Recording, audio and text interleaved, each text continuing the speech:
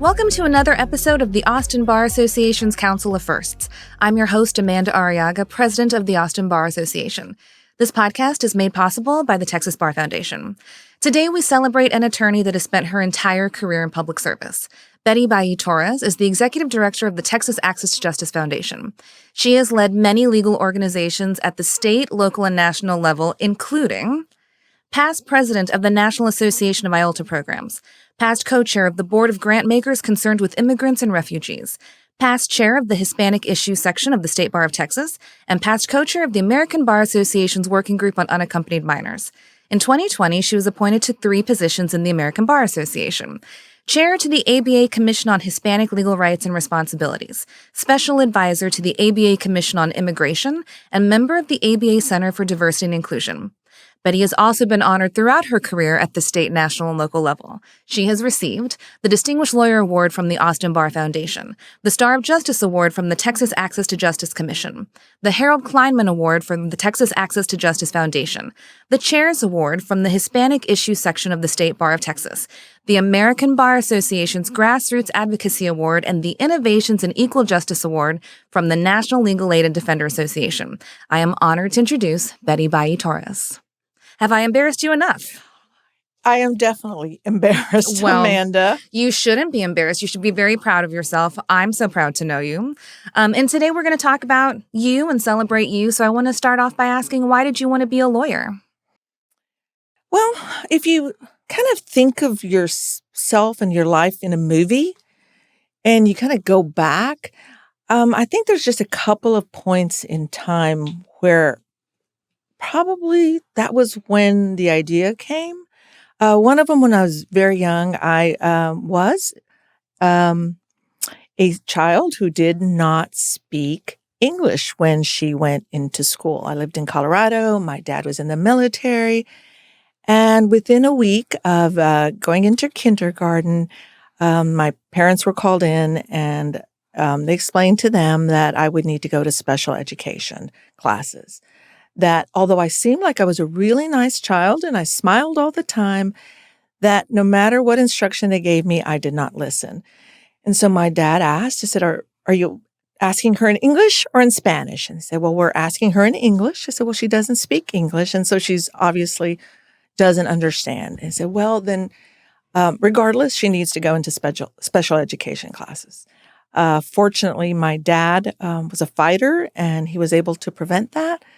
But I look back now and think that was probably a moment, it was just seared into my brain, that I probably started thinking about injustice.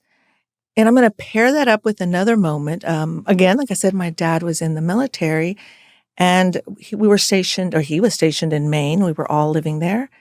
And when we would come home, which is Laredo, Texas, we had to drive through the South. And when we drove through the South, we couldn't stop at many places. We couldn't stop to eat. We couldn't stop to use the restrooms. And at that moment, during those times, I didn't really understand what was happening, but I understood injustice. That much I understood. So I don't know that there was an aha moment, I'm going to be a lawyer. I think it's just kind of permeated the injustices that you live through during your life. And that's probably why I went. Sure. Are you still Spanish speaking today? I am Spanish speaking. My mother's from Mexico, and she's a U.S. citizen now. And so I have a lot of family in Mexico on the other side of the border, Nuevo Laredo. My dad retired in Laredo. And but I don't speak it much anymore. I will say when I was practicing, almost all of my clients were monolingual Spanish speakers, mostly victims of domestic violence. And so I am Spanish speaking and proud of it, very proud of it. That's wonderful. And it's interesting because it's a wonderful skill that now parents specifically send their kids to bilingual education schools because it's so much easier to learn a new language as soon as you can. So that's wonderful that you had that experience, and people now are paying good money to try to replicate that for their children. It's true. And I made a huge mistake. Lyra and I made a huge mistake because we did not do that for our kids. So even though we both were monolingual Spanish speakers until we went into school, our kids don't speak Spanish. And I really believed that they would just pick it up, that they would learn it in our home. And if I were to go back, I would have done the same thing. I would paid good money to have them immersed in it. Because in the end, about language, it does require that immersion. And I wish I had understood that. There's still time. There's great novellas I can recommend for your boys to watch. Good. And there's always Selena songs. There's always Selena songs. That has taught me a lot of Spanish words. So your entire career has been in public service. Mm-hmm. Your first job out of law school was staff attorney for Legal Aid of Central Texas. Why do you think it's so important to give back to the public? I think it comes back to the earlier conversation about justice and what is justice and what does justice look like. And it is clear to me that we don't have justice in this country at so many levels. But just talking about being a lawyer, there's a recent study that done by the Legal Services Corporation that shows that only 8% of low-income people's legal needs are being met. That means 92% are not being met. That means we have no justice system for poor people because basically we're not meeting those legal needs. And so I've been very fortunate to be able to have a law degree that allows me to give in that way and to focus on issues that are important to me, and access and justice are just kind of at the core of who I am. And so I think it's important for me to do that. And I also think it's important for me to have conversations like this. And for those who aren't aware of where we are in terms of our justice system. So it seems like you were born for the current position that you have, Executive Director for the Texas Access to Justice Foundation, and you started there in 2001. So what issues do you think existed in 2001 that remain now that you're trying to address? You know, when I first started, all of the legal needs studies said that we were only meeting 20% of the civil legal needs of poor Texans. And that was the figure. And throughout the country, not just Texas. And so I've spent a lot of energy, as have my colleagues, trying to figure out how do we meet those needs. And it was very disheartening. About a decade ago, the foundation paid for another legal needs study and from UTSA, and that legal needs study showed that we were meeting 10% of the civil legal needs of poor Texans. And then the LSC study kind of really validates that, showing 8%. And so I think I've really been stunned I imagined a trajectory where we would increase, right? We would be able to provide more services. And instead, I've watched where we are able to provide less and less services and the needs are not being met. And so I look back and go, boy, I wish our needs were just the same as they were back then. Instead, we're really on this downward spiral, which again, I think reflects on the judicial system and access to it. How would changing the judicial system help combat this downward spiral? What's the change that we need to make sure that we have more access for low-income persons? I mean, so the judicial system was really, the way it's set up is, it was really created by lawyers for lawyers, and it really isn't client-centric.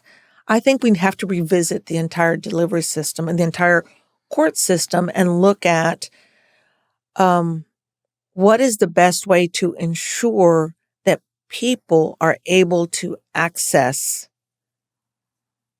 the judicial system. I mean, it is our courthouse. As a public, it's our courthouse, and we can't get into it. And so it really is going to take a revamping. So I wish I could say there was one solution. There isn't one solution. It really would take the will of the legal community, of the courts. And we see that will. We see that there's an understanding that we're failing. And so we're going to have to look at all of it and go, how do we make it easy for you to go get a divorce instead of your decree is 50 pages long, so you'll never be able to do your own divorce? What are the things that we can do to make it easy to access legal services? I mean, that seems like an easy project that you can figure out in a day or so. I'm not worried about you.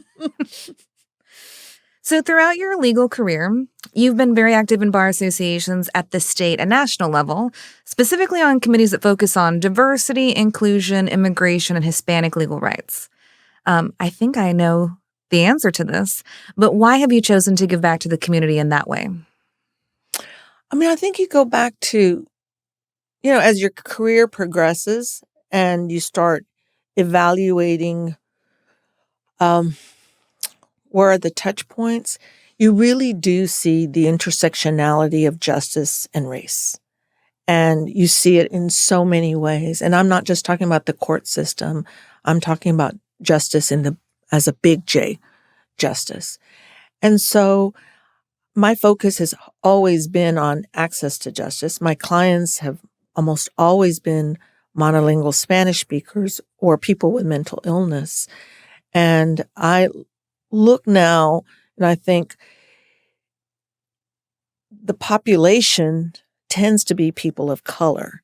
And so I decided I need to kind of bring that piece into my work. And they just converge. Mm-hmm. They really do. What is, of all of the organizations that you're currently involved with, what's the one that you're most currently passionate about that you're working with? All right, we're going to exclude the Texas Access to Justice Foundation because Sure. Obviously that's near and dear to my Sure. heart. It's but I think the work I have done with the State Bar Hispanic Issues section and working with leaders throughout Texas, trying to lift up Hispanics, and it really dovetails really well with the work I'm doing as chair of the ABA's Hispanic Commission and trying to do the same thing nationally. So I kind of see them both as kind of the same. One of them local, one of them in my backyard, and Right. one of them in a bigger picture. So I'm really, those two right now are what I'm most passionate about. That's wonderful. Well, and the State Bar Hispanic Issues section has put on some of, to me, the most fun events, like Lotteria. I think that was one of the most unique legal events because it's definitely a game that I played growing up at home.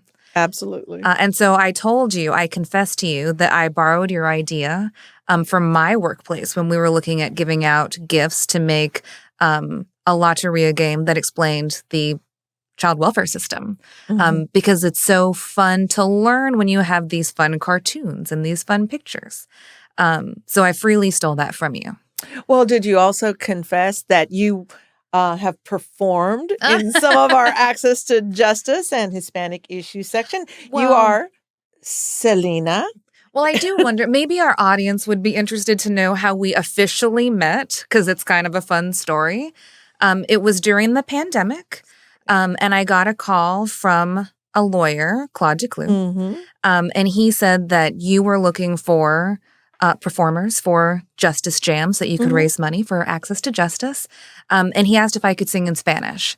And I said, yes, I can. I mean, I can karaoke in Spanish, of course. And he put us in touch with each other. And you were so excited about the idea of having a Hispanic person singing a song in Spanish, and you kept explaining why that was so important, that I finally felt bad and said, Betty, do you know what I look like? Because I understand I'm a very pale Hispanic. And you said, yeah, I know who you are. It's true. And I remember that because I was determined.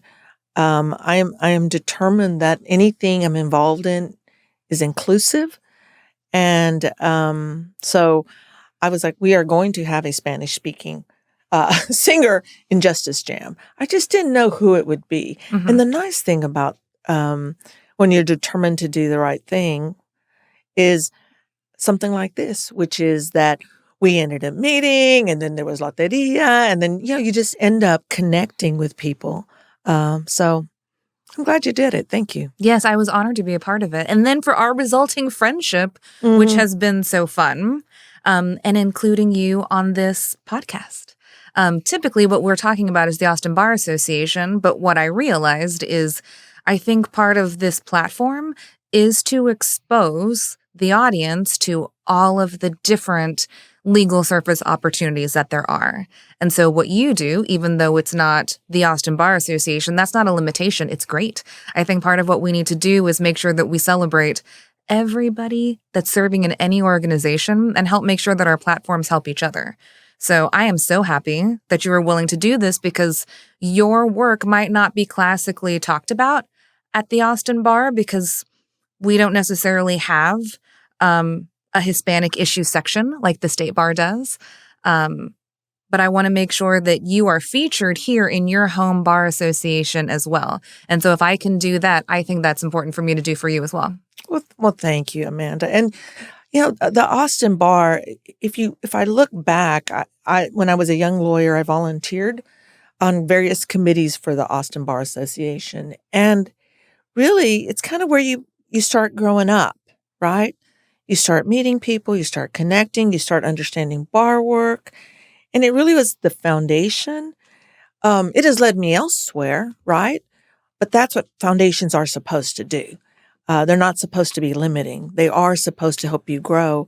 And so I've continued to be a member of the Austin Bar Association because it's home. Mm-hmm. When all is said and done, it is home.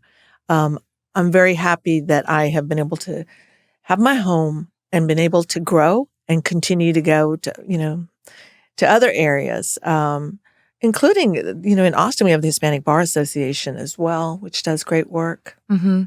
Well, and it's wonderful to characterize as the Austin Bar as your home, but then we all graduate. And we should graduate and we should move on. And we always have home to come back to, but new leaders and new voices and new ideas will emerge. And that's only possible if the formers graduate and allow for that space. Because that's something that I have noticed. Right now we've had many Austin Young Lawyer presidents in a row came to the Austin Bar Association. And so sometimes, you might have created your pet project as president, but once you graduate, it is subject to change because the new people have new ideas. And they're evolving, and that's good. And no one should ever be concerned about that. We have to graduate and let the new leaders take over. So that's great that's part of what you have done is you're making space. And I assume with part of your mission, you are going to want to bring new leaders into the organizations that you're part of now, because that's part of your character. Absolutely. And it's, I've seen a lot of change during my career. And change is good. I mean, change is good. And so I completely agree with everything you just said. And I'm looking forward to see when you graduate, Amanda, what's next. Me too.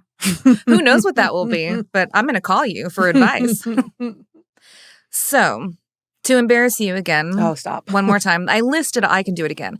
I listed off every award. Well, not every award you've won, but every award that I said at the beginning. You have won almost every single award that a lawyer could want to win at the local, state, and national level. So most people would be tired. You do a lot of work, and you always have. And some people would think like, I've gotten all of my accolades. I'm done. It's time to take a step back. But I don't feel like that's what you're going to do. So what is next for you? Okay. You got to stop embarrassing me. That's one. I'm going to read them again. Stop. I'm really perturbed about this 8% number and this 92%, and that we have failed. I don't take it personally. I don't think I failed individually, but as a community, we are failing people in this country. So what's next for me is trying to be a part of solutions and be solution-based. What are the things that we can do to improve the lives of poor Texans. And I don't know the answer, right? And that's all right. But my job is to go seek answers. My job is to go figure out what new models, what new approaches are out there, what ideas. And so there's more to come for sure. And I don't know what that looks like. I'm hoping that it looks like a change in the way we practice, in the way we provide services to low-income people, in the way the judicial system treats low-income people. So that's next for me. Betty, I think we need to give you a podcast so that you can talk to experts around the state, around the country about how we solve this problem. I feel like we could get that done for you. There's a spinoff. I would love that. There's a spinoff of this show for you. I would love that. I would love that. I'm looking for solution-based people who bring in ideas. What do we do? How do we change things? Mm-hmm. We're going to work on that together. Thank you. Sure. So my last structured question is, what advice do you have to lawyers in the Austin community who want to get involved and don't know how?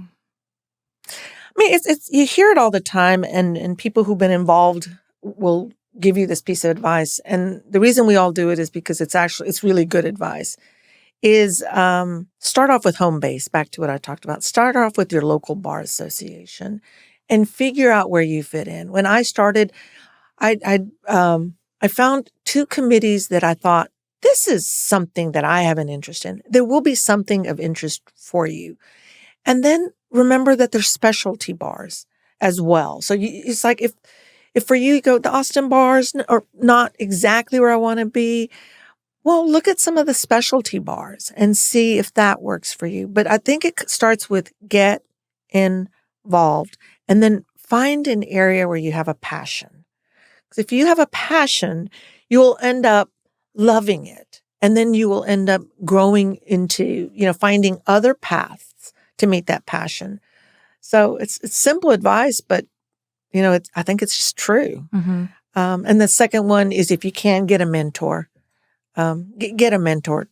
Talk to people that you respect and ask them what they would advise you to do to get involved. Because, people enjoy being mentors and they want to help you. And so it's a matter of asking for help. And most of us, I think that's challenge 1 is asking. But if you reach out, people will help you. Did you have a great mentor?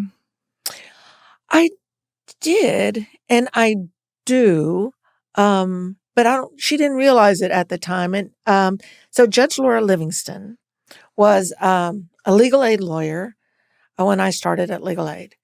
And I had no idea then that she'd only been practicing 2 years.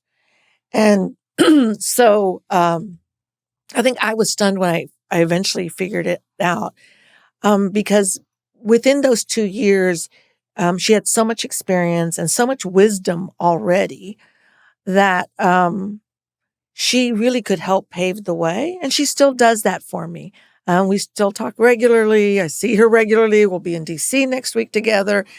And so a mentor can be a colleague of the same age. I mean, Laura and I are, she's just a couple years older than I am, I guess. And so it could be someone more senior, but it doesn't have to be. It can be a colleague who just seems to have their act together. I think she would be thrilled to know that she's your mentor. And I agree with you. I think that probably the best mentors are those that aren't necessarily formally established, but just the people that you go to for advice, the people who you really value their opinion. And that could be any age, any profession. What's probably harder is being paired up and saying, so-and-so, this is your mentor. Go to them for all of your problems now. Because that's not really the organic way that we get to know each other and do that. And that's true. And I serve as a mentor in various capacities, whether at UT or through my work at Arrow. And I think there's something good about that. Mm-hmm. I do believe there's value in that. But what you're saying about it being organic, where you just kind of naturally go to someone because, they really they understand. So I'm with you on that one. Yes. Betty, would you like to chat some more about what the Texas Access to Justice Foundation does and why it's so important? I feel very fortunate to be the executive director of the Texas Access to Justice Foundation. And so I could never have even begin to dream about this kind of organization. So just to tell you a little bit about it, it was created by the Supreme Court of Texas and the State Bar of Texas to fund civil legal aid. And so that's the mission. And so when I first started my job, as director, I knew I immediately said, I want us to have the very best program in this country. And so what I asked my board chair is, would it be okay if I went to visit the best program in the country? And so I did. And what I took from that was a conversation with a mentor, Lonnie Powers. And he said to me, Betty, you've got a choice to make. You can choose to be a funnel or a force. What is it you want to be? And it was that moment, it was, well, of course, a force. And so, and that's how we have really lived the foundation. So our job is not just to funnel money into legal aid. Our job is to really make systemic changes, to make changes of the delivery system, to make changes in legal aid programs, so that we are making a difference. And so we work really closely with the Supreme Court, with the Access to Justice Commission, with the legal aid providers to be able to accomplish that. And so I'm very proud of the work that we do. We don't see money sent out as grants. We see them as investments in the lives of poor people and improving the lives of poor people. And when you take that approach, it really, kind of determines grant making. And as opposed to you're getting 10, it's like, no, this funding is going to make a difference. And how are you going to make a difference? And how are we going to make a difference? So I'm really proud. I'm really proud of the work. Yeah, that's wonderful. I've never heard this idea of be a funnel or a force, but it makes perfect sense. And I would agree that you are a force. That would be our hashtag for this episode, I think, funnel or force, because it makes a lot of sense. You have to do more than just collect the checks.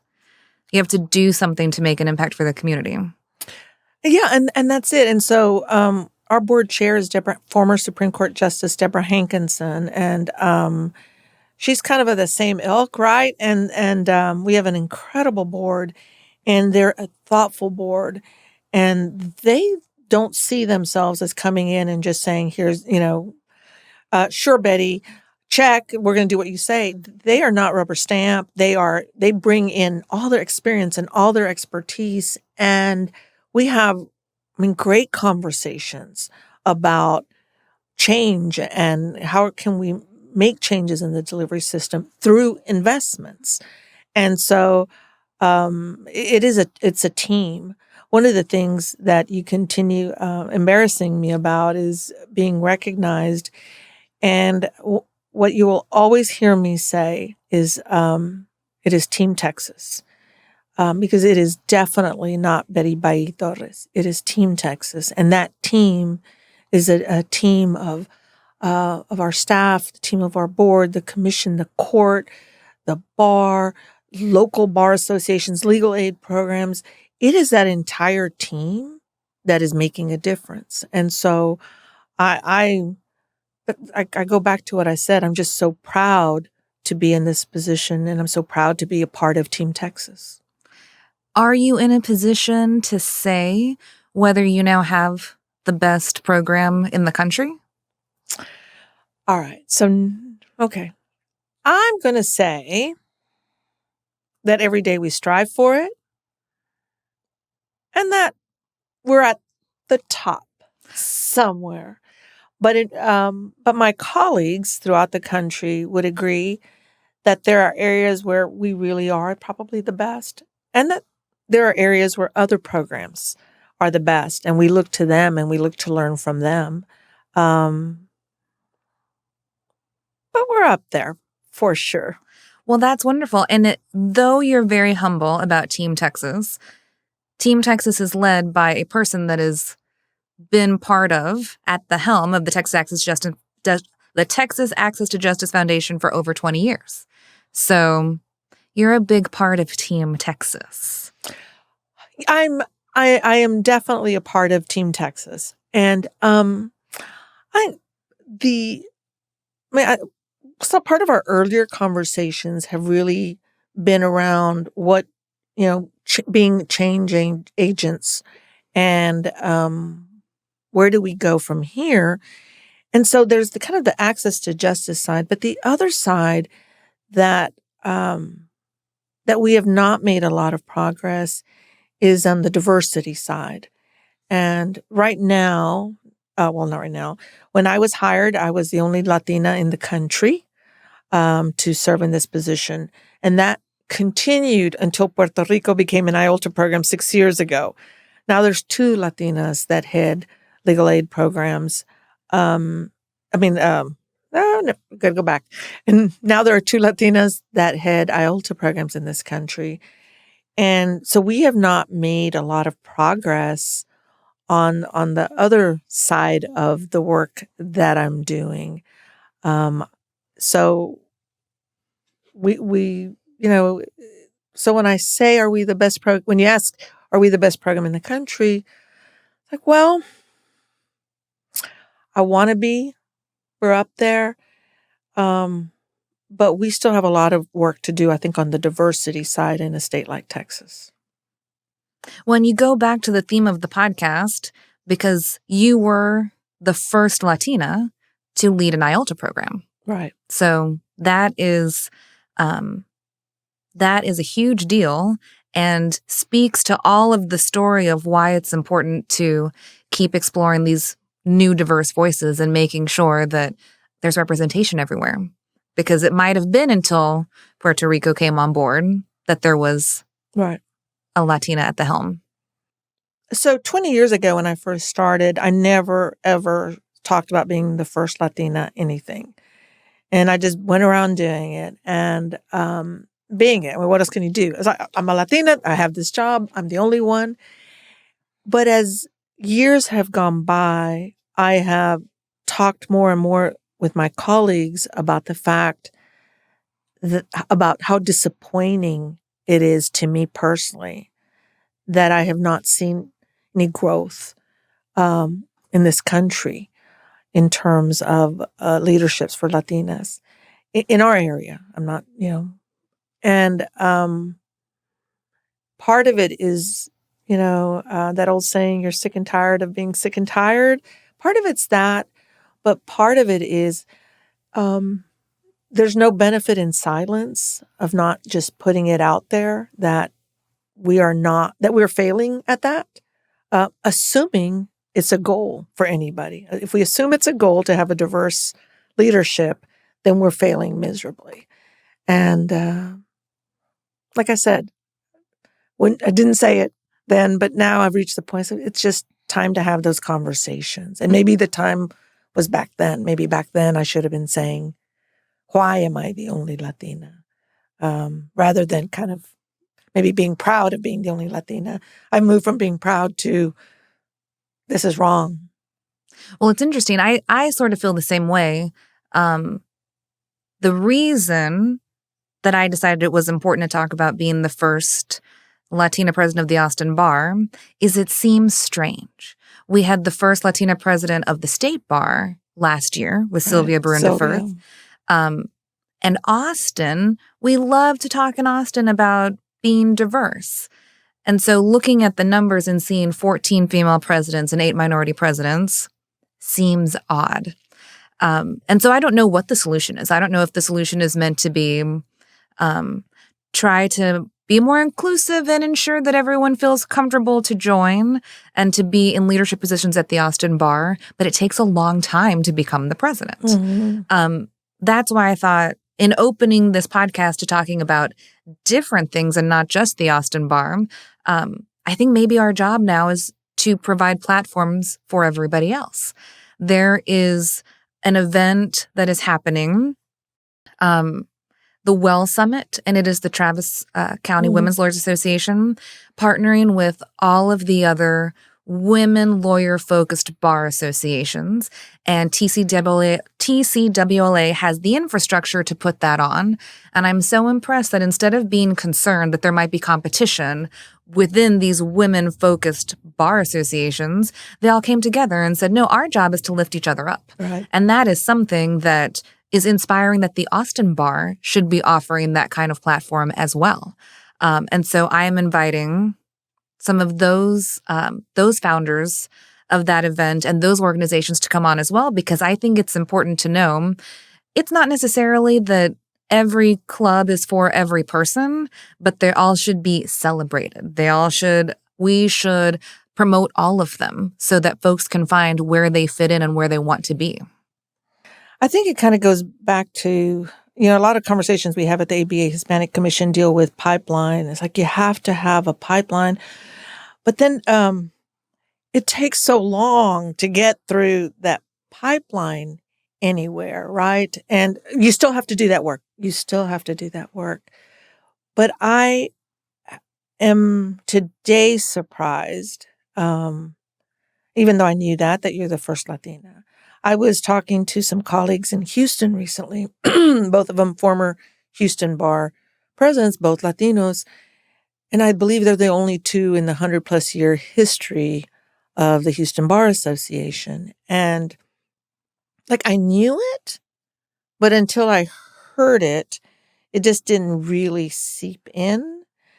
And so I'm proud of them and I'm proud of you that what you're trying to do is bring in other voices, bring people in, because that's the way we accomplish it. I hope I have done that. I try to do that in the work that I do, because it's really lifting up others is really the best way to lift yourself up, just quite frankly. And I mean that not professionally. I mean that personally, emotionally.